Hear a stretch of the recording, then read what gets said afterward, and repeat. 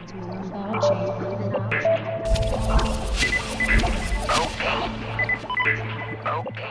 da kann man nicht mal woanders hin. Man hat auch mal einen Stuhl. Wo ist denn du denn mal einen Stuhl? Da war ein Stuhl angezogen. Dann noch ein Ding da geholt. Wo ist denn du denn mal ein Ding daher? Ja, aber ein Ding daher. Wo ein Ding daher? Weil du ein Ding sagst, was ist denn du daher? Wo ist denn du denn mal nachziehen? Ja, mal gucken, ob wir nachziehen. Ik dacht van ja, hoe kan ik hun nou plaatsen ook binnen het idioom van de player? En toen zat ik mezelf te bedenken, ja, waarom vind ik dat nou van belang? En die terminologie, hè, zeg maar het effectieve klassicisme wat hun hebben en de conceptuele punk, dus de bepaalde extremiteit die ze daarin doorvoeren, ook hun houding, ook de politiek die daarmee gepaard gaat. Ja, dat is gewoon super interessant.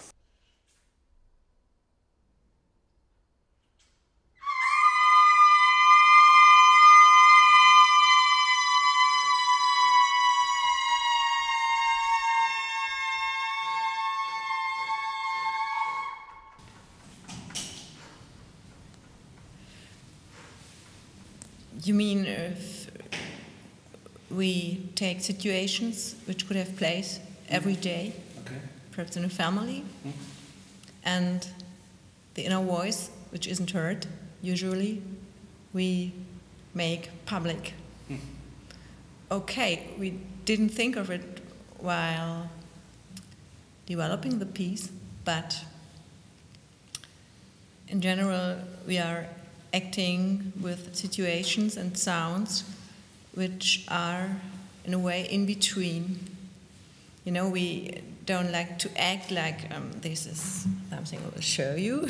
It's just we waiting for situations where a sound may happen, and then we try to stretch it.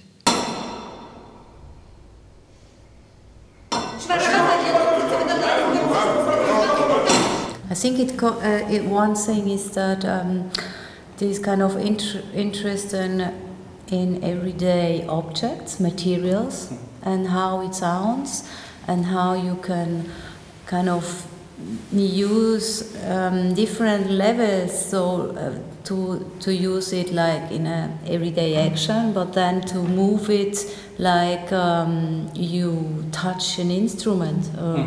And then it can be, on one moment it's more abstract choreography or abstract movement, and then it can switch from one moment to the next to a communicative situation like we had on the table, that becomes for some moments a theatrical situation, and then it can kind of it's kind of a balance between these two, the theatrical situation and the music concert situation.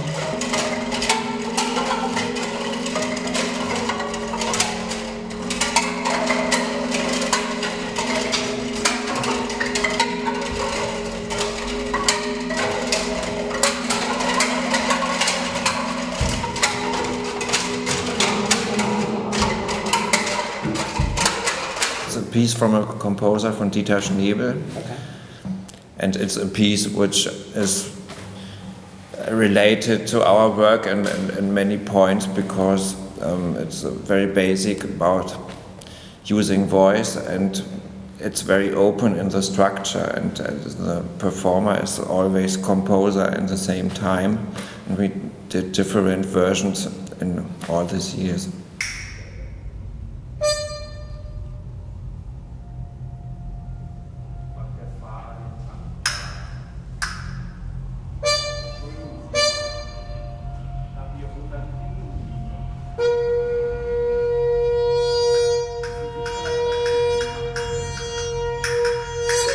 Something to the question before, because I think we very much like to relate to silence in a way that silence is the space. So we send our voices and our sounds into the space, into the silent space. So that's maybe what gives you the impression of sending something from inside out, but it's like the whole, I mean, the space where we are right now, or the space which is there all the time, is full of these sounds, and we just let occur these sounds in this space, which gives them some, you know, some width, some not only a frame, but just some space. Some gives them inner space, because we send them to the outer, we relate them to the outer space.